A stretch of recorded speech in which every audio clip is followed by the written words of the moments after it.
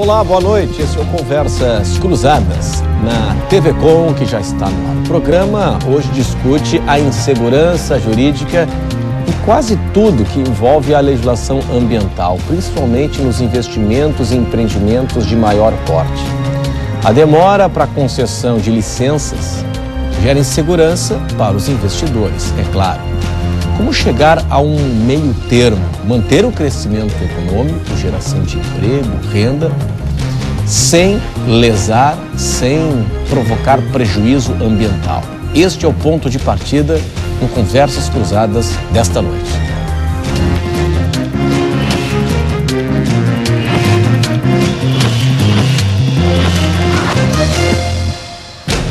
Você pode interagir aqui conosco, mandando a sua opinião no e-mail conversas@tvcom.com.br e também pelas nossas redes sociais. Hoje estão aqui conosco o advogado consultor de meio ambiente da FACISC, Guilherme Dalla Costa. Também está aqui a Cristiane Casini, que é advogada, coordenadora jurídica da Fundação Jaraguaense de Meio Ambiente.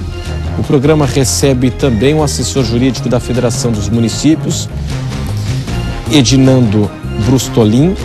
E ainda está aqui conosco o advogado da Fátima, Geraldo Estélio Martins. Pessoal, obrigado pela atenção de todos hoje aqui conosco no Conversas Cruzadas, que tem um oferecimento de Senge, em defesa do profissional de engenharia sempre. Federação das CDLs Catarinenses, 40 anos à força do associativismo lojista. Restaurante Ostradamus, ostras depuradas. RDO, visite o apartamento decorado do Apoena em Palhoça. Põe na conta Queres, a prazo o primeiro pagamento em 2013. Bom, hoje na Assembleia Legislativa houve um debate bem interessante organizado pela Federação das Associações Empresariais de Santa Catarina, FACISC. Foi o seminário Novas Perspectivas para o Licenciamento Ambiental Municipal. Bom, nós temos 295 municípios catarinenses, já foi 293, agora 295. Destes 295 municípios catarinenses, quantos já têm o licenciamento ambiental municipal? Boa noite, obrigado pela presença. Boa noite, Renato, boa noite aos demais participantes, boa noite aos telespectadores. Atualmente nós temos em Santa Catarina 32 municípios licenciando. Essa é 32. A última listagem é aprovada pelo Conselho Estadual do Meio Ambiente. Então, é um número muito pequeno ainda, frente ao início desse processo, começou praticamente em 2007. Então, de 2007, são 5 anos, nós tivemos apenas 32, sendo que no último ano de 2011 até agora, nós tivemos um crescimento de 10 municípios que se habilitaram para fazer o licenciamento. Muito bem. Cristiane, Jaraguá, que é uma cidade moderna, né? Uma cidade que tem um alto índice de qualidade de vida, tem ótimos indicadores sociais, tem já o seu licenciamento pleno? Sim. Boa noite a todos, boa noite, Renato. Jaraguá do Sul, nós estamos licenciando já desde 2006, né? Licenciamos todas as atividades. Nós já tínhamos antes um convênio com a Fátima, que é o órgão do Estado. Então, temos uma equipe já considerável, uma equipe com experiência na área de licenciamento ambiental e licenciamos diversas atividades, né? Um município industrial, né? Com várias indústrias de pequeno, médio e grande porte e isso tem desenvolvido, acelerou bastante o processo, inclusive, de implementação de novas indústrias pela facilidade de acesso ao órgão ambiental. Tá, o que muda na prática? Vocês não precisam mais, eu digo assim, o empreendedor não precisa mais correr para outros órgãos, né? Tudo ele resolve no município. Isso deu celeridade ao processo? Sim, além da celeridade, nós temos um controle maior dos impactos ambientais dessas atividades, né? Porque o órgão municipal local, ele consegue chegar mais rápido, né? Na vistoria, na fiscalização, no acompanhamento das condicionantes da licença. Isso agilizou porque nós temos ali na regional de Joinville o órgão ambiental da Fátima para atender 13 municípios, né? Então, já com municípios como Joinville, Jaraguá do Sul, que são municípios ali da região, Guaramirim, que é um município pequeno, também já licenciando. Isso facilita não só as atividades de impacto local que esses municípios licenciam, como o próprio trabalho do órgão estadual, que se detém das atividades de maior impacto. Muito bem. Agora, eu não sei se a ideia é fazer com que todo município faça o seu licenciamento ambiental. Imagino que isso seja impossível, até pelo porte, estrutura financeira, técnica dos municípios. Eu fico imaginando que o estado de Santa Catarina, com a característica de grande parte dos municípios de pequeno porte, né, cidades pequenas, não teriam nem condições humanas, materiais, técnicas de providenciarem isso. Qual é a ideia? É avançar até que ponto? Boa noite, obrigado pela sua presença. Boa noite, Renato. Boa noite aos meus colegas. Boa noite aos telespectadores. A Federação Catarinense de Municípios é uma entidade que tem acompanhado e, de certa forma, monitorado esse processo que é gradativo de transferências de competências que inicialmente eram executadas por órgãos federais, principalmente o IBAMA, com o passar do tempo, né, nessa matéria ambiental, também pela Fátima e aos poucos para os municípios. O escopo disso vem a partir da própria estrutura brasileira, que é uma estrutura federativa. Significa o quê?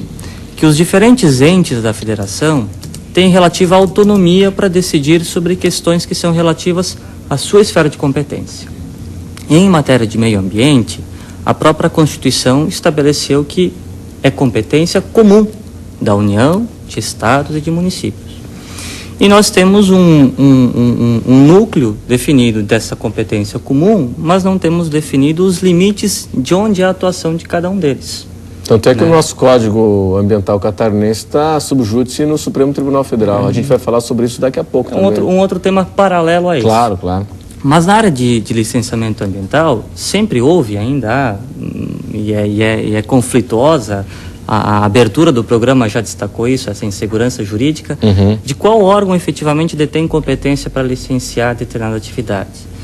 E a tua pergunta relativa à capacidade dos municípios licenciarem, ela se torna muito importante nessa esfera, porque a gente sabe que não basta apenas decidir se o município tem ou não tem competência, mas principalmente se ele tem condições de fazer esse licenciamento ambiental. Sim, condições técnicas, exatamente, né? Condições técnicas, né? O Guilherme comentava conosco que são 32 municípios já que se declararam, que já se afirmaram. Eu tenho condições de fazer licenciamento ambiental. Sim.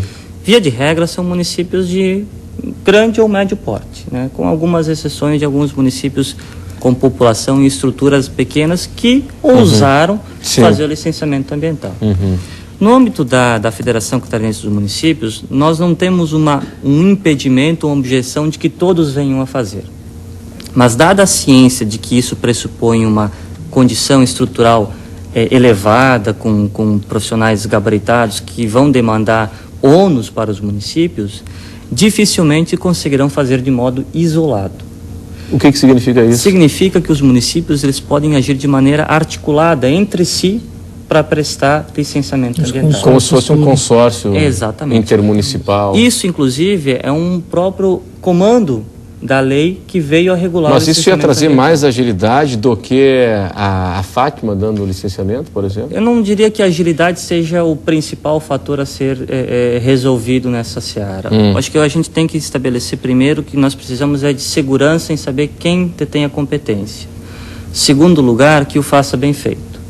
Se há um prazo necessário... A Fátima não faz bem feito hoje? Não necessariamente é isso, né? Não significa que um órgão público estadual, municipal ou mesmo federal faça melhor que outro, né? O que eu quero dizer é que a agilidade não é o ponto principal. Né? Às vezes as pessoas podem se submeter a um prazo mais demorado com a ciência de que aquilo que vai chegar ao final dê resultado efetivo, seguro, né, que não haja discussões sobre aquilo. Claro, pois a gente retoma o debate sobre insegurança jurídica, né, o que é muito comum, né, o cidadão, ele compra um terreno, começa a empreender, está no primeiro piso, de repente vem o embargo da obra. Mas ele já tem a sua previsão orçamentária, já planeja abrir aquela empresa, ou abrir aquele hotel, enfim, depois de tantos meses, já colocou dinheiro no empreendimento, né, e recebeu uma licença prévia, começou a construção. E aí, do jeito que está. Legal, nós já temos aqui um ponto de partida importante. Qual seria o papel da Fátima No caso de um licenciamento feito pelo município, a Fátima fica 100% isolada do processo ou ela tem algum tipo de participação? Boa noite. Boa noite, Renato. Boa noite, colegas, telespectadores. Olha, é importante a gente entender esse contexto, né? Porque meio ambiente, a discussão de meio ambiente é algo no mundo recente, 40, 50 anos. E no Brasil, nós pontuamos a inauguração de uma política nacional do meio ambiente em 81. Então nós estamos caminhando nessa esfera, né, rumo a entender meio ambiente, rumo a trabalhar toda essa questão de meio ambiente. Então, a Constituição de 88, ela dividiu as competências, ou seja, as atribuições, a quem compete o quê. Mas essa divisão não possuía minúcias, sempre gerou dúvidas, sempre gerou discussões, né?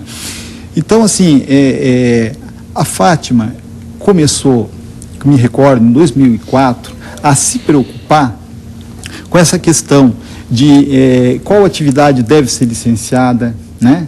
Qual atividade que causa o impacto grande, o impacto médio, menor.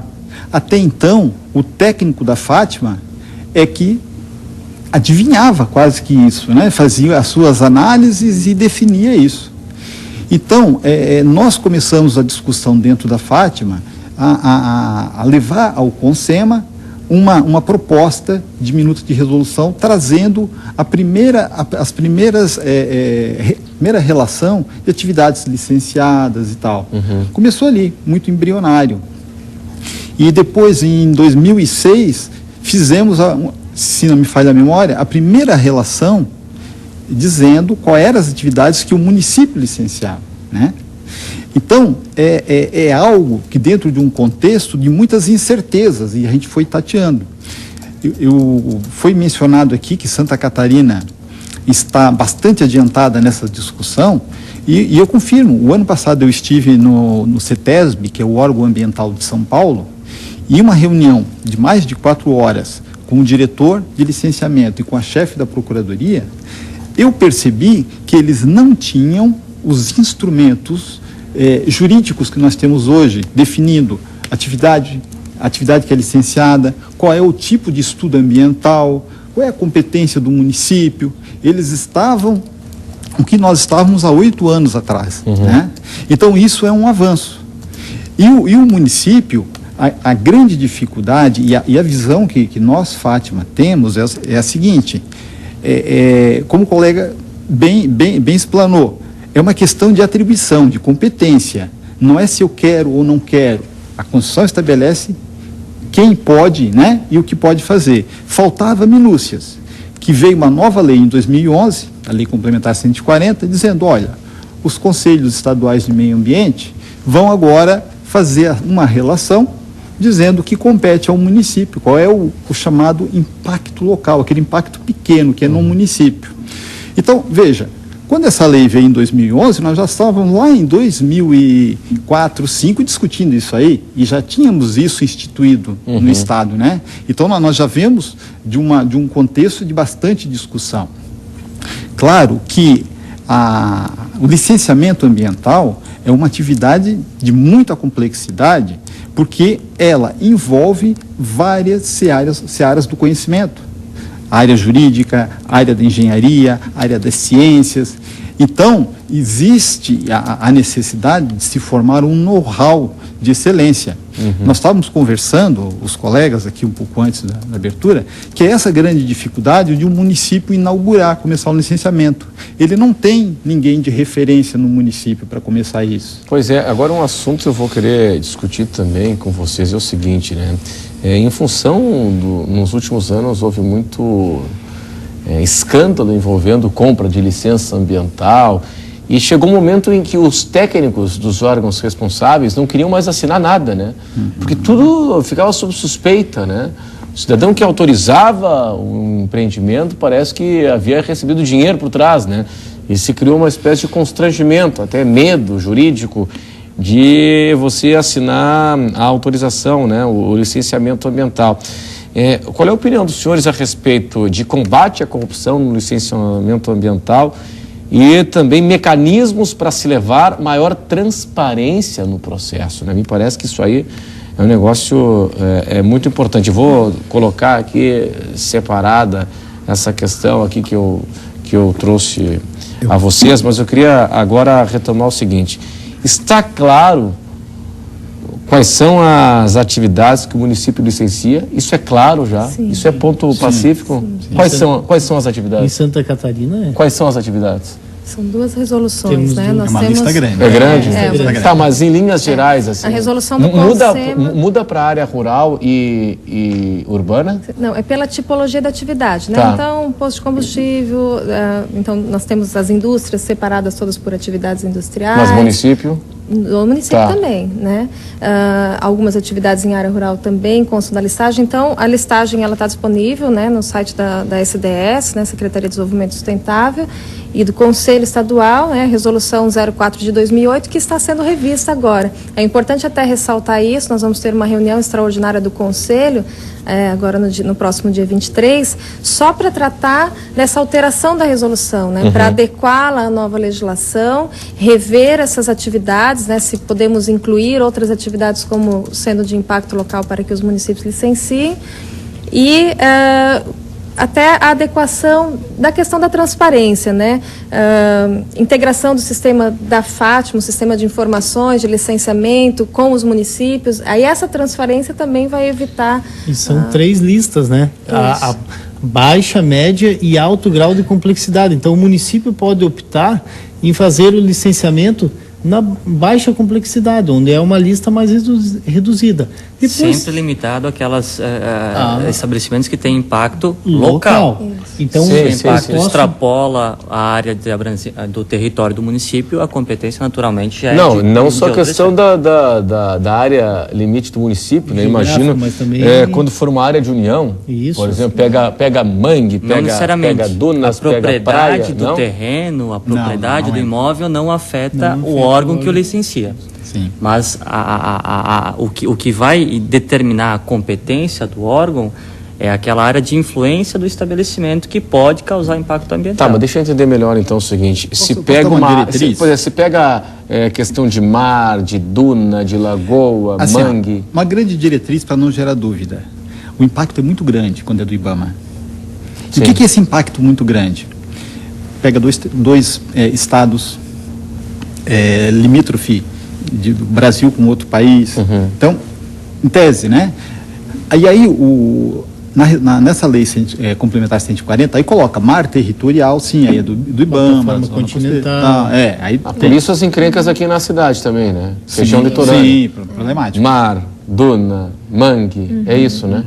E onde áreas tem de unidade de conservação também, que são da União, aí o processo, a atividade, ela pode ser passiva de licenciamento pelo Estado ou pelo município, desde que com a anuência daquele ente que é o gestor da unidade de conservação. Muito bem. Então, para daqui a pouco, depois do intervalo, a opinião de vocês a respeito de corrupção no licenciamento ambiental e mecanismos de controle para levar maior transparência no processo de concessão das licenças ambientais. Até já.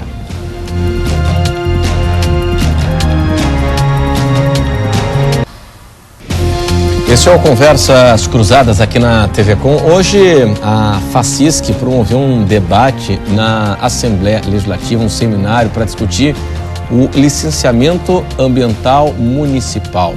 São 32 cidades catarinenses de 295 municípios que já têm o seu licenciamento feito no município. E eu queria saber a opinião dos nossos debatedores esta noite. A transparência no processo, né? Porque já tivemos no Brasil e aqui em Santa Catarina vários casos, denúncias de compra de licença ambiental, de corrupção no processo de concessão das licenças ambientais. Como é que está a transparência, o mecanismo de controle externo, de dar publicidade aos atos, né? O poder público tem esse princípio, né? De dar publicidade a seus atos, né? Como é que é lá em Jaraguá?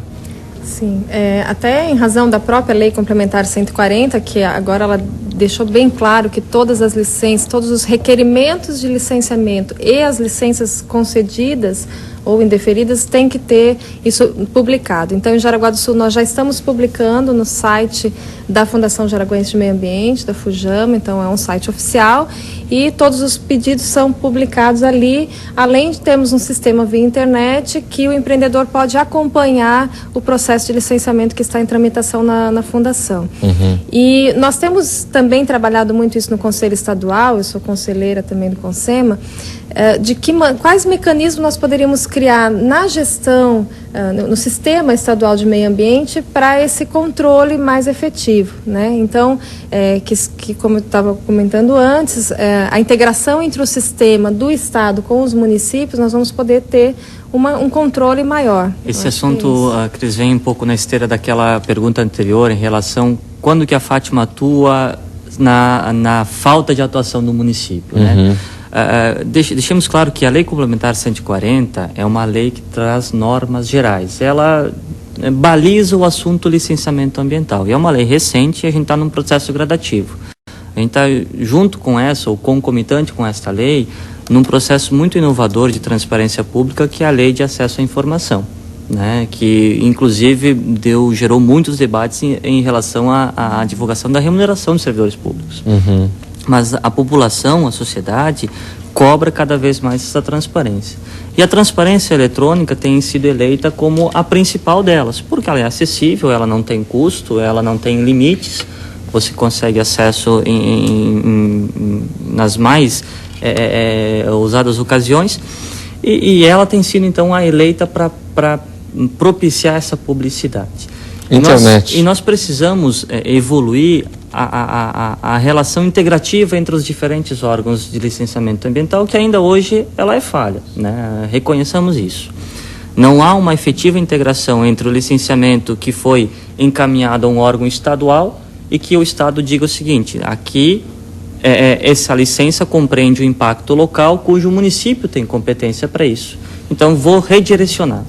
Hoje a negativa, olha, essa tarefa não é minha, você procura aquele que tem a competência, que é o município. Mas você pode aproveitar essa relação integrativa e transferir de imediato para o município. Vou te dar um exemplo em relação a isso. Em Santa Catarina, foi um dos estados pioneiros na implantação de um projeto chamado REGIM, Registro Mercantil Integrado. O empresário que deseja registrar seu estabelecimento, e aqui não é a questão ambiental, né, o alvará de licença municipal, junta comercial, CNPJ na Receita Federal, ele o faz por um único sistema que integra os diferentes órgãos. Nós precisamos evoluir em matéria de meio ambiente para isso, para dizer o seguinte: senhor empresário, o senhor vai licenciar uma atividade que causa um impacto local ou regional, o senhor entra num único local, numa única página, num único meio de acesso na internet, e daí o senhor vai ser direcionado de acordo com o seu estabelecimento, com a sua atividade, com o seu grau de impacto, ou seja, racionalizando isso.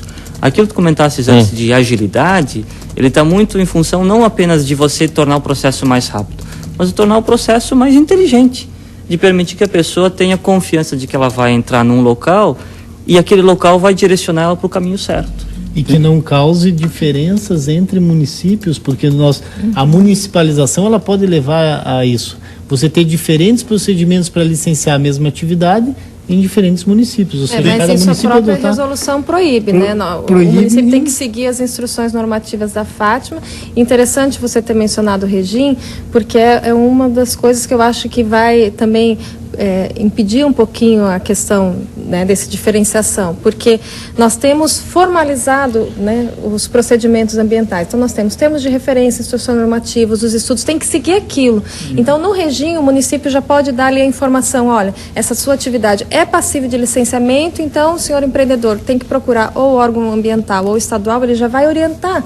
Né? Então, ali, ele já providencia o estudo adequado, porque nós fazemos isso lá em Jaraguá do Sul. No REGIM, ele já sai com a informação, qual é o código da atividade dele, qual o porte, o potencial poluidor, ele já vai saber qual estudo ele tem que providenciar para protocolar no órgão ambiental. Existem também, nesse aspecto, nós estamos falando aqui de combate à corrupção, transparência. Então, nós temos algumas medidas que a Fátima foi adotando ao longo dos anos, e aqui é até interessante que os municípios também tenham conhecimento e comecem a pensar na possibilidade de incorporar essas medidas. Era muito fácil, a nossa licença era impressa no computador, um papelzinho simples. Então, eu já tive casos de o particular forjar uma licença. Sim. Uma assinatura. Fraude, é fraude. E às vezes até parecida. Fraude de documento, né? Isso. Então, uma das medidas que foram tomadas, nós criamos um selo, semelhante a esse que os cartórios têm. Então, e as licenças têm um papel com cores diferenciada, né? Já não é um papel simples, tal. E é colado esse selo. Isso tem dificultado muito, porque tem cor, esse selo, ele é uma coloração. Essa foi uma das primeiras atitudes que foram sendo tomadas. Outras atitudes, na atual administração do presidente Murilo Flores, foi criado um instrumento muito interessante, que está hoje funcionando e funcionando muito bem, que é a comissão de licenciamento. Então, o que acontecia no passado? Nós voltando, o técnico, lá no passado, ele definia qual era o grau de impacto do empreendimento, definia o estudo e ele dava o parecer e já fazia a minuta da licença para o gerente assinar. Ou seja, o gerente já recebia o pacote completo. Era isso na prática que acontecia, muitas vezes. Então, o gerente, ele ficava refém de ele conhecer. Muitas vezes o gerente não tinha nem o conhecimento técnico, porque era um cargo comissionado. Bom, esse era um problema. Então, o presidente criou essa figura das comissões. Então, como funciona? Nós temos as comissões nas coordenadorias regionais espalhadas pelo Estado e nós temos a comissão central aqui na sede. Então, o presidente, ao assinar uma licença, que é de grande porte, vai nessa reunião, onde participa o diretor de licenciamento, os gerentes das várias áreas, o chefe da procuradoria, e lá é lido o parecer do técnico e é discutido. Então, assim, olha, eu participei, final de 2010, 2011, das comissões, e é muito rico o debate, porque o que acontecia? Nós víamos casos que se repetiam e a gente trazia melhoria. Eu me lembro de um caso muito interessante, que o presidente mencionou assim, era uma rodovia que nós estávamos autorizando a construção dessa rodovia, mas a região, era uma região cênica bela. E eu disse, quando eu viajo para a Europa, eu acho muito interessante, que lá as áreas são preservadas pelas rodovias.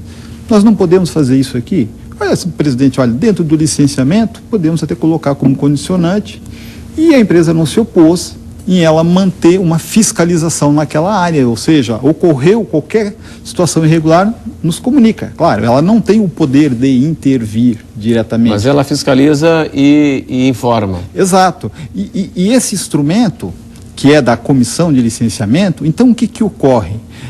Você afasta aquela licença dada lá pelo técnico, lá de forma meio clandestina, porque ela vem à discussão, né? Ela passa por uma comissão semanal que analisa casos semelhantes e casos semelhantes, e a gente vai já criando, digamos assim, praxes, bons procedimentos. Então, essa é uma forma muito interessante de combate a essas má práticas, né? Bom, o seguinte, e o estudo de impacto de vizinhança, que é uma previsão do Estatuto das Cidades, né? É uma premissa, muitas vezes, para a concessão da licença plena, imagino, né? Você tem um empreendimento, você tem uma atividade que vai provocar algum tipo de impacto, geração de tráfego, barulho, e por aí vai, né? Como é que funciona isso, hein? Esse estudo, com essa nomenclatura, né, do estudo de impacto de vizinhança, vários municípios ainda não exigem, né? Eles exigem sempre, na hora da implantação do empreendimento, para o alvará de licença municipal, isso é independente ainda do procedimento de licenciamento. Mas não deveria estar junto? Deveria. Deveria estar junto, que de repente você autoriza, integrada, que de repente você autoriza e depois o estudo diz, olha, não dá. Mas ele por isso que tem que primeiro... É difícil todo fazer licenciamento isso, primeiro tem que consultar o município, tem que ter uma consulta de viabilidade. O município é o detentor ali do território, então ele tem que dizer, olha, nós estamos em searas diferentes que às vezes não tem uma comunicação. O estudo de impacto de vizinhança está muito mais focado à ideia de planejamento urbano, enquanto que aqui nós estamos tratando de licenciamento ambiental, que são temas conexos, mas eles, de certa forma, coexistem em separado também. Tá, mas vamos entender o seguinte, vamos colocar aqui, vamos trazer um case, vamos trazer um exemplo. Um empreendimento, vamos pegar uma cidade aqui, São José. Tá, uma cidade. São José tem o seu, digamos, São José não tem ainda o seu licenciamento municipal, né? Tem. Já tem? Então tá, então São José já tem. O município faz o licenciamento ambiental, recebeu uma proposta, né, uma demanda de concessão, né, de análise, pleiteando o licenciamento ambiental para fazer uma fábrica, uma fábrica. E aí essa fábrica traz tem fumaça, tem polo gerador de tráfego, carro, de caminhões, enfim, e aí tem vizinhança. Nós aí, entramos num problema que você tocou antes, que é a falta de clareza em alguns procedimentos, que nós não temos ainda, talvez, no estudo de impacto de vizinhança, o que nós temos com a área ambiental nos estudos ambientais, ou seja, talvez não temos ainda uma resolução dentro dos municípios, ou que diga, olha, esta atividade necessita de estudo de impacto de vizinhança. Isso não está claro ainda. Ainda não está. Isso é muito sério, porque é esse tipo de coisa que acaba... Muito grande, sabe? Fica a cargo do técnico. Mas isso aqui gera uma insegurança jurídica, né? Porque de repente pode chegar aqui, vai lá, a Associação de Moradores e diz, olha, não queremos. A prefeitura autorizou, está aqui, ok. Não tem nada que diga que não possa. De um estudo de impacto aí vai lá, a sociedade se mobiliza, a vizinhança, a associação de moradores, abaixo assinado, vai no Ministério Público, ao promotor de justiça, ou o procurador da República, no caso do Ministério Público Federal, e vai lá e solicita, vamos fazer um estudo de impacto de vizinhança. Na verdade, o estudo de impacto de vizinhança, ele está relacionado com a lei de uso e ocupação do solo, que é uma lei urbanística, como o Dr. Guilherme já tinha dito. Então, o município, ao licenciar, a viabilidade prévia, né, antes do alvará de licença, que aí ali ele vai exigir, para poder emitir o alvará, o licenciamento ambiental, que daí vai ter o estudo ambiental, ali ele deveria ter regrado, e os municípios, né, ainda não fizeram, para quais empreendimentos, ou ele pode inclusive fazer pontuando, né? Ele vai mapear o município. Para isso precisa, para isso não precisa. Ele pode dizer, mas olha, nessa região... De como fazer isso? O que ele precisa Isso é fundamental, mas nós não temos isso ainda. Não, alguns planos diretores, eles têm regramentos esparsos, né? Então ele fala do transporte público, então... determinada largura de rua não pode ter empresas com um transporte muito grande, um fluxo muito grande de caminhões. Então ele tem legislação que fala, mas elas são separadas. Mas é que o estudo de impacto de vizinhança, ele é muito recente, né? Coisa aí dos Estatutos das Cidades, né? 2010 e foi regulamentado. Pois é, então os municípios não fizeram. Mesmo não havendo a previsão legal, alguém pode requerer. Sim. E os planos diretores aí, claro, a gente não tem nem plano diretor pronto ainda, né? Em várias cidades. Né? Eu vou chamar o intervalo comercial, daqui a pouco a gente retoma este assunto na sequência do Conversas Cruzadas na TV Com, para discutir também o seguinte, e o Código Ambiental Catarinense, eu quero ampliar o debate, está sob júdice no Supremo Tribunal Federal. A gente vai para o intervalo e até já.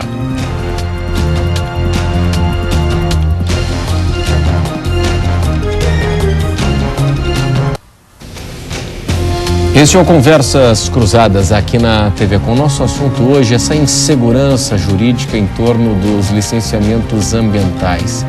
Nós tivemos uma legislação de vanguarda, polêmica, em Santa Catarina, na gestão Luiz Henrique da Silveira, que fomentou, que estimulou o debate e criou na Assembleia Legislativa o Código Ambiental Catarinense.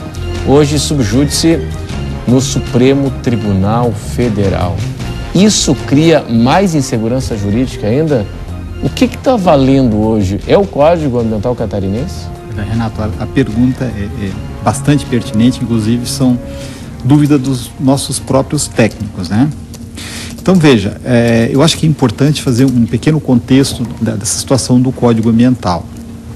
O Código Ambiental a minuta dele, a minuta de anteprojeto, ela foi elaborada dentro da Fátima. Eu, inclusive, coordenei uma das equipes, tá? E ela chamou várias entidades da sociedade civil, FECAM, acho que a FACISC participou, universidades. Foi bem amplo o debate. Foi o ano todo de 2007, nós tínhamos reuniões diárias. E, ao final, próximo ao final de 2007, isso foi entregue ao governo. E teve uma tramitação no governo, teve tramitação na Assembleia, mas o que chegou ao final desse processo foi um processo de muito debate. E o que eu vejo, assim, o que ocorre no Código, teve umas disposições que essa referente à chamada área de preservação permanente, né? Então ele trouxe uma redação que trouxe uma área de preservação permanente menor que a do Código Florestal. E aí isso suscitou o ingresso do Ministério Público com essa ação de inconstitucionalidade. Bom, que até hoje não foi julgada e que até hoje não tem uma posição do Judiciário. Até hoje a gente não sabe o que está valendo. Mas aí, qual é o grande argumento que a Fátima sempre colocou? Porque houve outras ações aqui a nível estadual questionando isso aí, e nenhuma delas teve sucesso. Qual foi o nosso contraponto? Nós temos uma realidade que ela não se coaduna com a legislação. A nossa legislação é inflexível. Se nossa legislação fosse aplicada, nós não teríamos beira-mar, nós não teríamos balneários. Para irmos para a praia, nós estacionaríamos o carro a 1 quilômetro de distância da praia. Sim. Né? Então nós temos uma ocupação das cidades, historicamente, que foi a partir dos cursos d'água, que era o caminho natural. E nós viemos com uma legislação em 65 que não teve esse resgate histórico, ela simplesmente disse, olha, isso agora é ilegal. E não fez o meio termo. Bom, o problema se avoluma porque nós não tínhamos órgãos ambientais, nós não tínhamos uma política nacional do meio ambiente. Isso nós começamos na década de 70, a Fátima foi criada em 75, e começamos na década de 80 com essa política e realmente a discussão dessa situação. Então veja, quando o Código veio trazendo uma distância menor, o grande argumento que nós utilizamos é o seguinte: nós temos um Código Florestal engessado, né? Que ele não permite fazer avaliação da realidade. Como é que eu vou adequar a realidade, né? Então nós dissemos que, pela primeira vez, uma lei estava verificando a realidade. E essa realidade é uma situação posta, que a gente chama de situação consolidada. O Código não usa essa expressão, o Código Ambiental. Mas ele diz claramente assim, nós vamos observar uma metragem menor, 5 metros, quando aquela área posterior tiver alguma espécie de ocupação, não tem vegetação. Mas esse código não autoriza o corte da vegetação. Ou seja, então já era uma área ocupada. Quer dizer, ele legaliza aquele dano consolidado, aquela situação consolidada. Isso que hoje o novo Código Florestal veio a tratar. Agora, ele não é uma afronta à legislação federal, o Código Catarinense não é uma afronta à legislação federal? Veja, por este ângulo... Essa que é a questão. Sim, né? Mas por este ângulo ele não é. Por este ângulo, se nós observarmos desta forma. A visão, digamos, dos mais puristas é que nós estamos afrontando, né? Mas como nós vamos resolver, e nós temos inúmeros casos, e eu aqui não estou fazendo estou fazendo uma defesa de uma lei enquanto advogado de uma instituição, né? Como eu vou fazer uma empresa com 1.500 funcionários que está à margem do rio? Isso nós enfrentamos. E que já existe há 40 Exatamente. anos. E se tu tirar dali, tu não vai recuperar nada em termos de meio ambiente. Ou seja, nós não tínhamos instrumento legal que nos desse amparo para esse tipo de situação, né? Então, eu acho interessante que o Código Ambiental Catarinense, ele provocou esse debate nacional e chegou no Código Florestal justamente trazendo essa situação da coisa consolidada. Como é que nós vamos tratar essa situação consolidada? Porque é necessário que nós resolvamos isso, né? Então, assim, a Constituição diz claramente, porque assim, a União, ela pode emitir a sua lei federal e o Estado pode complementar onde houver lacunas. Então, o Código Ambiental Catarinense, quando tratava dessa APP reduzida como situação consolidada, ela não estava afrontando, ela estava tratando uma situação que o Código não tratava. Essa sempre foi a nossa tese. E, inclusive, nós tivemos numa ação que o Tribunal de Justiça, foi a única ação que o Ministério Público entrou num caso isolado, que o Tribunal mandou aplicar o Código Florestal. E eu, para recorrer ao Supremo, eu questionei. Eu queria saber se o Tribunal está dizendo que o nosso Código é inconstitucional. O Tribunal disse, não, o nosso Código não é inconstitucional. Eu só estou dizendo que eu quero aplicar a regra mais restritiva. Tudo bem, aí eu recorri. Então, eu não tenho, até hoje, uma decisão judicial dizendo que o Código é inconstitucional. Né? E me parece agora que... Até porque está no Supremo, né? Exato. Não está transitado em julgado, né? Alguns artigos só, né? Alguns artigos. Sim, são os... Não, o Código Catarinense ele traz avanços fantásticos, positivos, né? Fantásticos. Mas essa questão do curso d'água aí, em especial, que é a mais polêmica, né? Sim, eu vou dar um exemplo. No novo Código Florestal, ele não traz o conceito de curso d'água. E ele diferencia curso d'água de lagoa, de lago, de represa, mas não traz o conceito, mas traz o conceito de nascente, de olho d'água, e esqueceram do curso d'água. Mas o nosso Código Ambiental traz os conceitos que nós nos quebrávamos, nós não tínhamos esses conceitos, ele trouxe vários conceitos. E ele trouxe também uma integração na parte de fiscalização, procedimentos, regras, porque a legislação que nós tínhamos na época, lá em 2007, não possuía isso. Só em 2008 que veio um novo decreto federal que melhorou todo esse aparato, né? Claro, agora os ambientalistas dizem que pode ter um tiro no pé. Que a ideia de você permitir e que se fala em preservar e tal, mas os ambientalistas, inclusive com o Ministério Público, dizem que é um tiro no pé porque estimula desmatamento, porque estimula assoreamento e porque pode deixar o meio ambiente vulnerável para novas tragédias climáticas, aliás, nas quais o estado de Santa Catarina, infelizmente, já está bem acostumado, né? Até no seminário que nós realizamos hoje na Assembleia, foi realmente tratado sobre esse tema da evolução da legislação ambiental e principalmente da legislação florestal. Nós vivemos aí uma constante semelhança com programas tributários como o Refis, ou seja, tem-se a dívida, depois faz-se uma bonificação, reformula a lei para se adequar a uma situação. Já consolidado. Em parte, o que aconteceu com o Código Florestal, essa revisão, foi justamente para adequar determinadas situações que estavam ocorrendo no Brasil em termos de desmatamento.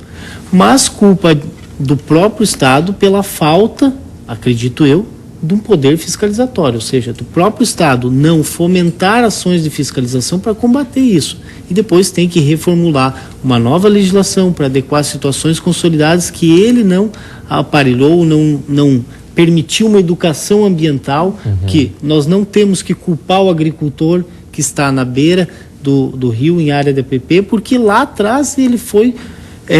o mais fácil para ele para se instalar ali. Então, ou seja, o negócio dele se desenvolveu ali. Então, não temos que culpá-lo disso. A legislação ambiental estava posta, mas hoje ela dá uma situação consolidada. Isso tem que ser também ponderado e respeitado. Acho que é a dificuldade maior de aplicação da legislação. Essa omissão estatal de fiscalização, ela traz sequelas muito difíceis de serem recuperadas, né? Não é só o próprio licenciamento ambiental. A gente conhece uma série de empreendimentos, inclusive empreendimentos públicos, né, que não tem licenciamento ambiental, porque não há uma cobrança desse licenciamento ambiental efetiva, não há um poder fiscalizatório capaz de impor aquilo que no seminário o presidente da Fátima comentava, o risco do empresário, do cidadão, do gestor público, de saber que será fiscalizado se o empreendimento for licenciado ou não. Nós temos aí estações de tratamento de esgoto da Casan que não tem licenciamento ambiental. Instaladas em área de preservação permanente. Só gostaria de ressaltar a questão, né, a pergunta com relação aos ambientalistas, porque nós temos mecanismos também de controle, né, para evitar o desmatamento. Vamos falar sobre isso daqui a pouco, depois do intervalo, pode ser? Eu preciso chamar um intervalo comercial, então, para daqui a pouco os mecanismos de controle para as áreas de desmatamento. A gente vai para o intervalo e até já.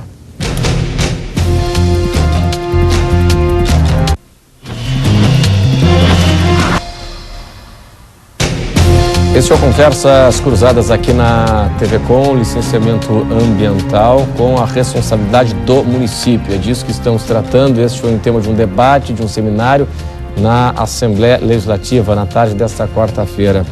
Mecanismos de controle para desmatamento, quais são? Sim.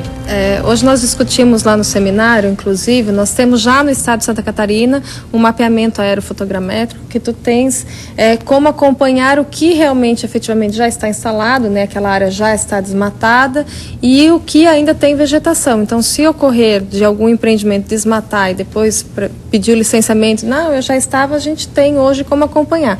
O problema é que nós não temos ainda isso disponível para todos os órgãos ambientais. A Fátima ainda está trabalhando com outros órgãos no estado para disponibilizar essa informação.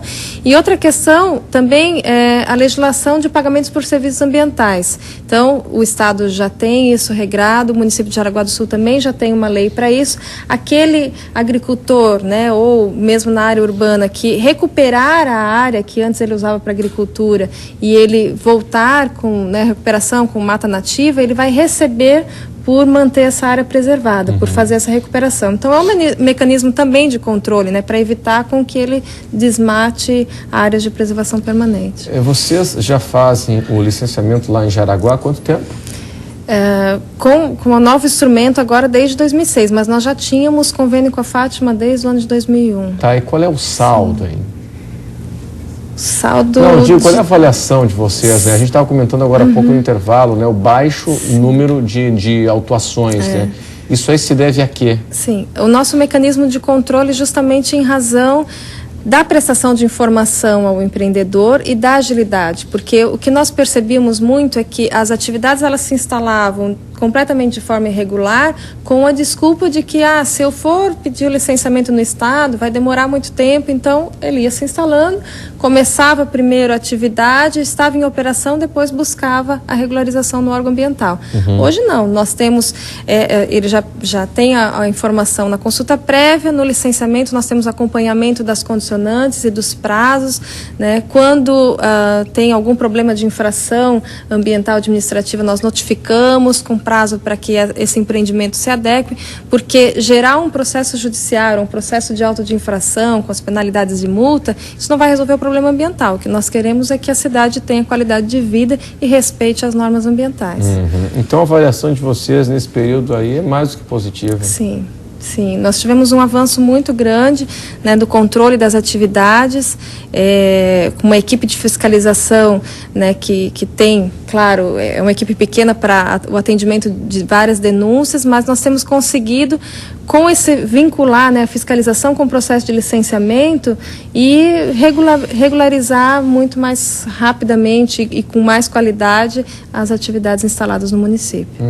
A Fátima vê com bons olhos essa ideia de municipalização, de descentralizar o licenciamento ambiental? Sim, com certeza. Porque assim, ninguém é dono do meio ambiente, né? Sozinho a gente não faz nada. E essa repartição já é uma repartição que vem da Constituição. Então nós já temos isso, nós estamos lutando por isso há muitos anos para inserir os municípios nesse contexto, né? Porque realmente quem está no local é que conhece a sua realidade, né? A Fátima, são 200 e poucos municípios, imagina, a Fátima não conhece a realidade de cada município, né?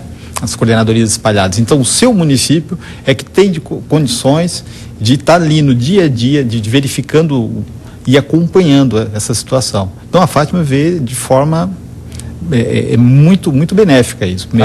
Agora, o que não pode acontecer é você municipalizando, achar que uma cidade de menor porte, então eu conheço o prefeito, então fica mais aquela fácil, sensação, né, de que é mais suscetível de corrupção por estar numa relação de agora proximidade. É só o município e tal.